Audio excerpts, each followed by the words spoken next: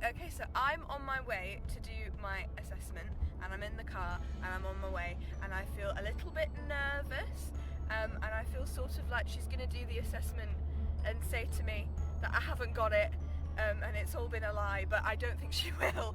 But yes, slightly nervous but also excited, and it feels like quite a big moment because obviously I'm 18 now, so I've had this for so many years and it'd be nice to get some official clarity. So yeah, it's exciting and slightly nerve-wracking, but mostly exciting, so yeah. So we settled down and started the assessment, which I was more than ready to do. The content of standardised assessments are closed to everybody apart from the qualified assessor, so I'm going to explain a little bit of how my assessments went. Some assessments appeared rather simple, where I was told to repeat a pattern of numbers backwards.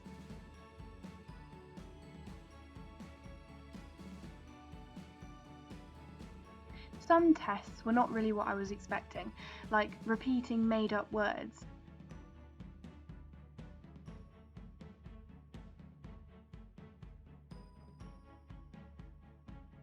The assessment itself was 5 hours long, so midway through we decided to take a break for lunch.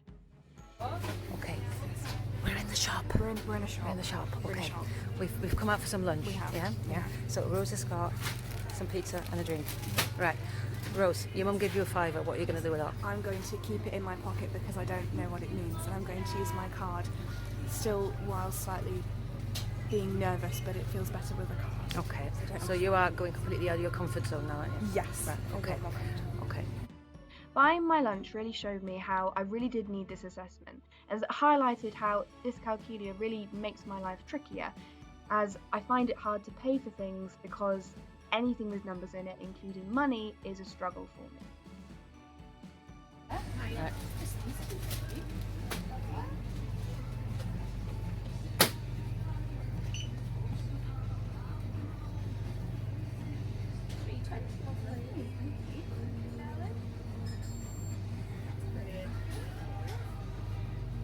How was that?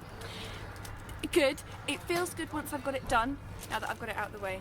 But yeah, it was. I wish I wouldn't have to.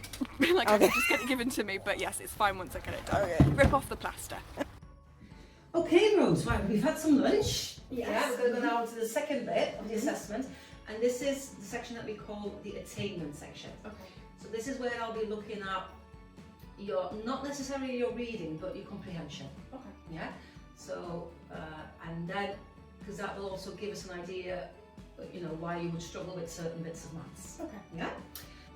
Towards the end of the assessment, I was starting to get a little bit tired, but I knew because I was nearly at the end, I was so close to finally getting an answer.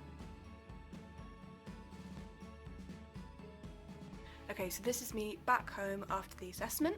To say the assessment itself was actually quite long, it didn't feel very long. It felt quite quick. Time passed quite well. It was very laid back in a way. I didn't feel nearly as stressed as I did kind of the journey up. It was very, it wasn't worrying. It was nice. It was definitely interesting. It was 100% interesting doing all these tests. Some of them really interesting and slightly strange. And in the back of your mind, you're doing them thinking, how does this tell you that you've got dyscalculia? But it's really rather fascinating. Also, when I was when I'm now that I'm home, it does feel kind of slightly emotional because that's been 18 years of my life where I've sort of known that I've had it, and finally after these tests and the assessment I have clarification, which feels amazing. I really can officially say now that I have dyscalculia. I'm not making it up, I really do have it, I promise.